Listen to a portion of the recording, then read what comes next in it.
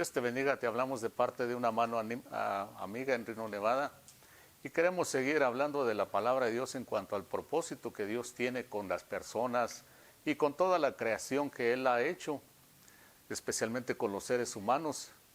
Hemos mencionado en el libro de Efesios capítulo 2 y verso 10, donde el apóstol San Pablo le habla a los efesios y les dice que somos creados en Cristo Jesús, nuevas criaturas.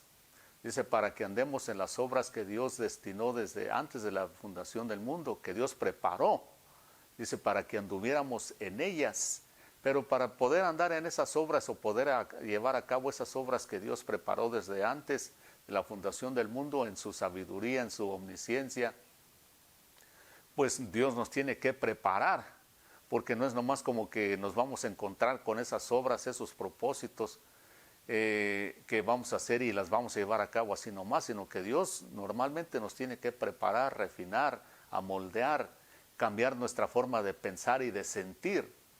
En el libro de Romanos capítulo 8 y verso 28, pues dice más o menos lo mismo, dice que todas las cosas, todas las cosas, buenas y malas, ayudan a los que aman a Dios, dice, aquellos conforme a su propósito, dice, son llamados.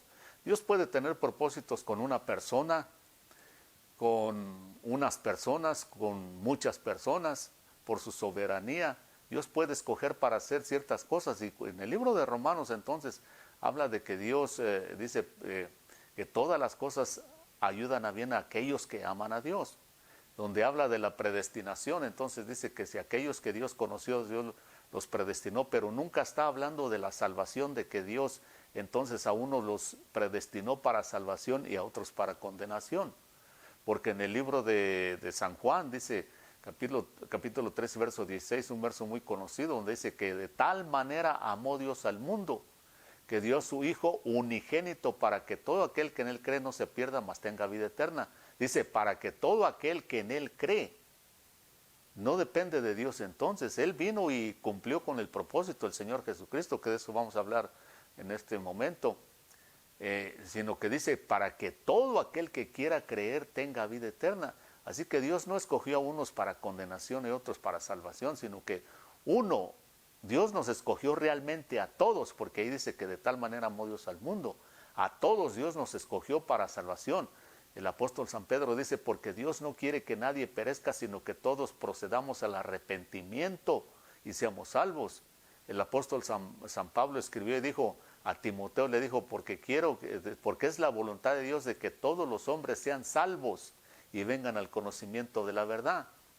Así que no es que Dios escoja a unos para salvación y a otros no, sino que nosotros somos los que tenemos. Ya el Señor vino y pues puso todo lo que necesitamos para ser salvos por gracia.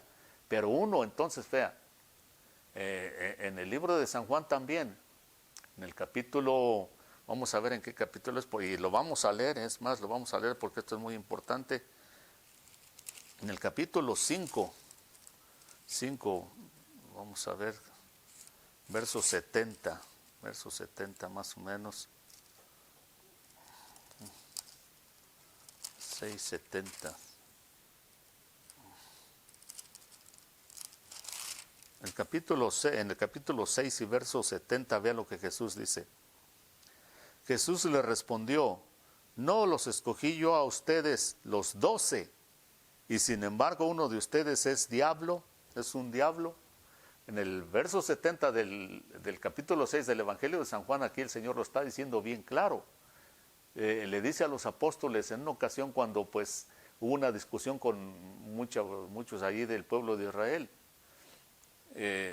Después de que les dio de comer, lo fueron a buscar para que les siguiera dando de comer, y Él les dice, ustedes me buscan porque les di de comer, no porque ustedes quieran realmente acercarse a mí como unas personas honestas que me quieran seguir. Y se empieza esa discusión, y entonces sus discípulos también se escandalizan. Algunos de sus discípulos dicen que ya no querían seguirlo por las palabras que él decía allí, de que tenían que comer su carne y beber su sangre, y se escandalizaron y se fueron. Y después le dice a los apóstoles, también ustedes se quieren ir, y es cuando Pedro le dice esas famosas palabras, solo tú tienes palabras de vida eterna, Señor, ¿a quién más vamos a ir? O sea, no estamos del todo contentos en el momento cuando tú dices todo lo que dices y haces todo lo que haces, pero sabemos que solo tú tienes palabras de vida eterna. Y luego les dice esto el Señor Jesucristo aquí. Vea, les dice, no los escogí yo a ustedes los 12, no a 11 nomás, los 12. ¿A quién está? ¿Por qué está hablando de 12? Porque ahí estaba Judas todavía. Ahí estaba Judas.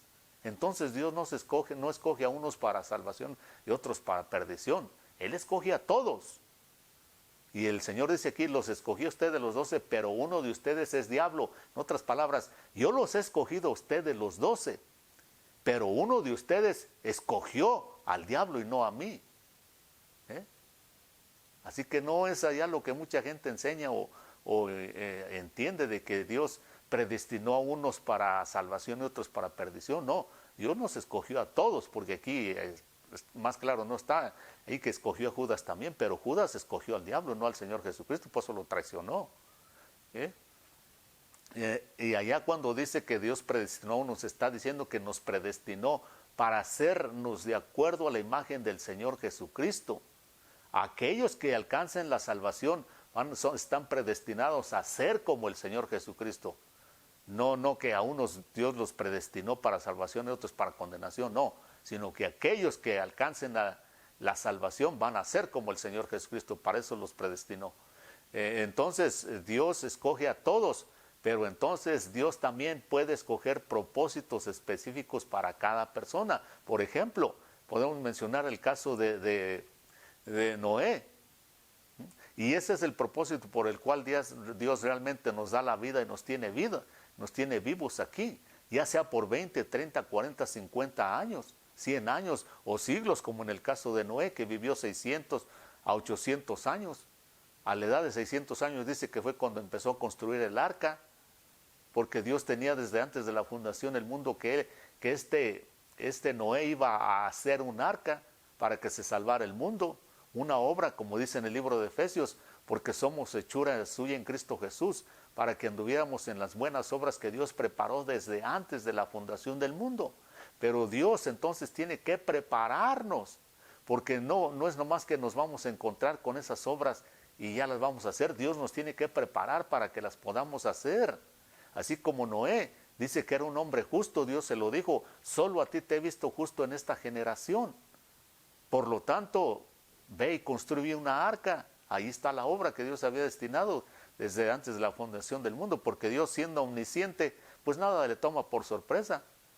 Y dijo, voy a llamar a ese hombre que se va a llamar Noé, porque va a ser justo delante de mi presencia, y le voy a decir que construya un arca, él va a obedecer, y así el mundo va a continuar. Pero entonces tenemos que entender por qué vida tenemos que vivir para poder llevar a cabo, porque vean lo que dice en el libro de Romanos. Todas las cosas ayudan a bien, capítulo 8, verso 28, parecido al de Efesios 2:10. Todas las cosas ayudan a bien, pero a los que aman a Dios, porque el amor a Dios tiene que estar por sobre todas las cosas, acuérdese. Viene el diablo y tienta al Señor Jesucristo, y vea, el propósito del Señor Jesucristo era venir a salvar la humanidad. Vamos a hablar de otro propósito también que el Señor Jesucristo vino a cumplir, pero en este momento nos vamos a enfocar en la salvación. Dice que el Espíritu mismo, dice, llevó al Señor Jesucristo después de que se bautizó al desierto para ser tentado por el diablo. Entonces ese era el propósito, vea. En ese caso, en ese momento, el propósito de Dios era que el Señor Jesucristo, después de ser bautizado, fuera llevado por el Espíritu para que fuera tentado por el diablo. No fue casualidad. Mismo Dios. Vea cómo mismo Dios lo va a llevar a uno cuando tiene propósitos, a que uno se enfrente a la adversidad, a los enemigos. Pero si uno se prepara, porque todas las cosas ayudan a bien, cooperan, construyen a los que aman a Dios.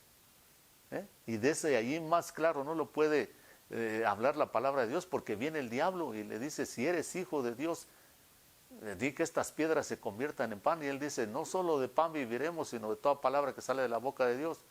Y al final la tentación última que le pone, le dice, mira, arrodíllate delante de mí, adórame, y yo te voy a dar todos estos reinos que tú has venido a buscar de nuevo, porque a mí me los entregaron y se los doy a quien yo quiero. Arrodíllate, adórame.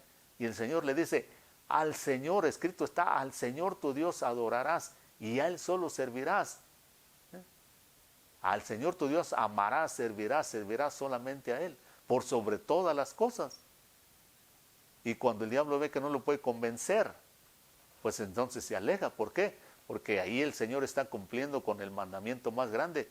Todas las cosas ayudan a bien a los que aman a Dios, buenas y malas. Nosotros entonces como seres humanos, hay muchas cosas que son buenas, pero para nosotros según son malas, porque nos traen problemas y dificultades. Y claro, como seres humanos caídos, pues no quisiéramos batallar con nada, quisiéramos vivir una vida de comodidad todo el tiempo, pero es imposible vivir una vida 100% de comodidad en este mundo caído, con un diablo suelto, con un mundo pecador, con una naturaleza caída.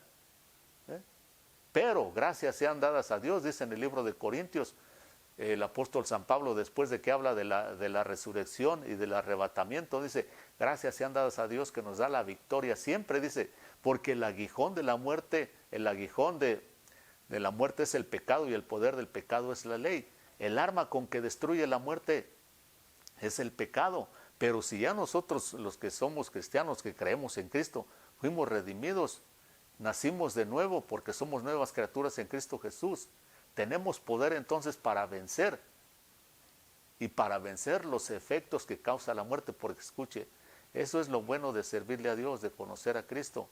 En el libro de Romanos estudiábamos también capítulo 2 y verso 2, capítulo 8 y verso 2, donde dice que la ley del Espíritu de vida en Cristo Jesús ha anulado el poder del pecado y de la muerte.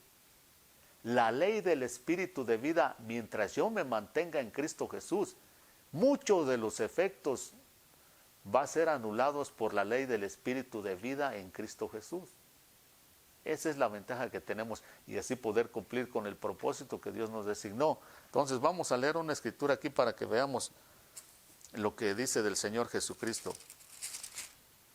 En el capítulo 10 y verso 18, vea lo que dice el Señor Jesucristo en esta ocasión. Dice, nadie, está hablando aquí de su muerte y resurrección, que desde el verso 17 dice, por eso el Padre me ama, porque doy mi vida para tomarla de nuevo. Nadie me la quita, sino que yo la doy de mi propia voluntad. Tengo autoridad para darla y tengo autoridad para tomarla de nuevo. Este mandamiento recibí de mi Padre. Entonces aquí el Señor Jesucristo está hablando de su muerte y de su resurrección. Dice que va a pasar, pues claro, por un tiempo muy difícil, sus últimas horas que vivió. Pero vea la forma en que habla el Señor Jesucristo. Dice, por eso me ama a mi Padre, dice, porque pongo mi vida, dice, nadie me la quita a mí, porque no era pecador. De la única forma que a alguien le pueden quitar la vida es si ha cometido un pecado, una maldad delante de Dios. Entonces la muerte tiene cierta jurisdicción en la persona. Y en el caso de los que somos cristianos, que sabemos que tenemos vida en Cristo Jesús, todavía la muerte tiene cierto poder sobre nosotros porque tenemos que morir en un cuerpo físico, si Dios quiere, de alguna forma. Pero en el caso del Señor Jesucristo, Él sí podía decir eso. A mí nadie me quita mi vida, yo la tengo que poner. Como nadie tiene derecho, escuche, ese es el asunto aquí, está hablando aquí realmente de derecho el Señor. Nadie tiene derecho, nada ni nadie tiene derecho a quitarme mi vida, porque yo no he cometido ningún pecado, ninguna maldad, porque la paga del pecado es la muerte. El aguijón de la muerte es el pecado, y como el Señor nunca había pecado, nunca infringido la ley, nunca había fallado en nada, nadie entonces, ni el diablo ni nada tenía derecho a quitarle la muerte. Y por eso dice, yo tengo autoridad para ponerla de mi propia voluntad. Si yo no la pongo de mi propia voluntad, nadie me la puede quitar, porque yo no he cometido ninguna infracción. Yo no he cruzado ningún límite como Adán y Eva y todos los seres humanos. Y por eso dice, y también tengo derecho a volverla a tomar. Pero vea, el Señor aquí está usando en esta traducción yo creo que la traducción más correcta. En otras dice, tengo poder para ponerla y tomarla. Aquí usa esta traducción, la Biblia de las Américas, dice, tengo autoridad. ¿Por qué es mejor esta traducción? Porque si dijera, cuando dice tengo poder, no, inmediatamente como seres humanos podemos pensar de que, pues sí, el Señor, como era el Hijo de Dios, como era Dios, pues tenía autoridad, tenía poder. Y con poder uno hace lo que uno quiere. Y estando en el cielo el Señor Jesucristo, con su gloria y su magnificencia, Él tenía poder para hacer todo lo que quisiera. Todo estaba sujeto a Él. Pero cuando viene y nace como un ser humano, entonces entra en las limitaciones que nosotros tenemos voluntariamente. Lo que dice en el libro de Filipenses, que haya en nosotros el mismo sentir que hubo en el Señor Jesucristo, el cual, siendo en forma de Dios, no se aferró a tal cosa, sino que se despojó y se convirtió como en un siervo, en un servidor, metido en un cuerpo de humillación, un cuerpo débil, pues estaba totalmente limitado igual que nosotros, dice, y se humilló de tal forma hasta ir a la cruz y muerte de cruz. Y por eso entonces acá dice, tengo autoridad, dice, porque si no nadie me puede quitar mi vida para ponerla, voy y la pongo, y también tengo autoridad. En otras palabras, el Señor está diciendo, tengo derecho a poner mi vida, dice, y a volverla a tomar. Tengo ese derecho, esa autoridad es lo mismo que derecho. Y dice, este mandamiento, lo último que dice, este mandamiento recibí de mi Padre. ¿Qué significa eso? Esta comisión, esta responsabilidad recibí de mi Padre. En Getsemaní, la última oración del Señor Jesucristo fue esta: Padre, pasa de mí esta copa, porque para ti todas las cosas son posibles, mas no se haga lo que yo digo, sino lo que tú dices, Padre. ¿Y cuál fue la voluntad del Padre? Que muriera, que cumpliera con esta responsabilidad de poner su vida, porque era la única persona, el Señor Jesucristo, el único ser humano que tenía esa autoridad, ese derecho para salvarnos y para tomar su vida y resucitarnos y resucitar a todo aquel que confía en Él en el día final del arrebatamiento y lo que nos espera. El Señor, vea que en vez de usar aquí en la palabra de Dios, vea, el Señor Jesucristo posiblemente es el que menos haya usado, o tal vez nunca haya usado la palabra santidad o santo. Se le aplican a Él muchas veces, profetas, apóstoles, todo eso, pero en sí Él posiblemente nunca haya usado esa palabra de santo o santidad. Pero sí habla mucho de responsabilidad, porque realmente la palabra santidad, santo, por ejemplo, en el Antiguo Testamento, Dios le enseñó al pueblo de Israel, especialmente a los sacerdotes, de que tenían que ser gente santa.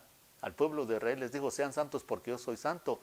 Y a los sacerdotes incluso les ponían una cinta en la frente que decía santidad a Jehová. Apartados para Jehová, porque eso es lo que significa santo. Apartado para Jehová, no tiene nada que ver con estatuas. Pero realmente lo que significa la palabra santidad es responsabilidad. Dios le estaba diciendo al pueblo de Israel, yo soy un Dios responsable 100% con mi creación. Como yo hice todas las cosas y toda la vida que yo he creado, yo soy responsable también de guardarla lo mejor posible, especialmente a los seres humanos. Y por eso entonces dio leyes, estatutos, decretos, para que se respetara la vida. Vea que en la ley de Moisés, Dios le dio leyes al pueblo de Israel hasta para respetar a los pájaros, a las plantas, a los animales, a todo. Porque Dios, en vez de decir yo soy un Dios responsable, Él les usó la palabra santo. Pero la palabra santo se ha choteado mucho, está muy contaminada, está muy llena de religión. Y ya no se respeta, lo ven. Si alguien, por ejemplo, dicen que alguien que no toma ni fuma, ni va a fiestas y todo eso, dicen, es que quiere ser santito.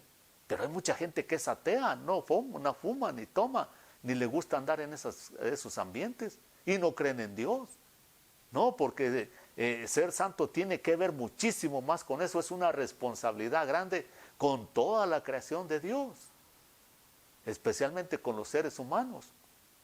Y el Señor Jesucristo es el ejemplo perfecto de que Él, lo que decía Dios, sea responsable con toda la creación de Dios, especialmente con los hombres, y por eso vino y nos salvó. Pero el Señor Jesucristo, desde que nació, vea, el diablo ya lo quería matar, ya quería deshacerse de Él.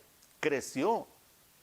Y lo primero que hace en su ministerio, como ya mencioné, es que el Espíritu Santo lo lleva allá al desierto y ahí se presenta el diablo para tentarlo, para hacer lo que no cumpla con su responsabilidad delante de Dios y de los hombres, para contaminarlo. Entonces uno, para cumplir con el propósito de Dios, para poder llevar a cabo aquellas obras que Dios preparó de antemano, Él nos tiene que preparar, igual que al Señor Jesucristo.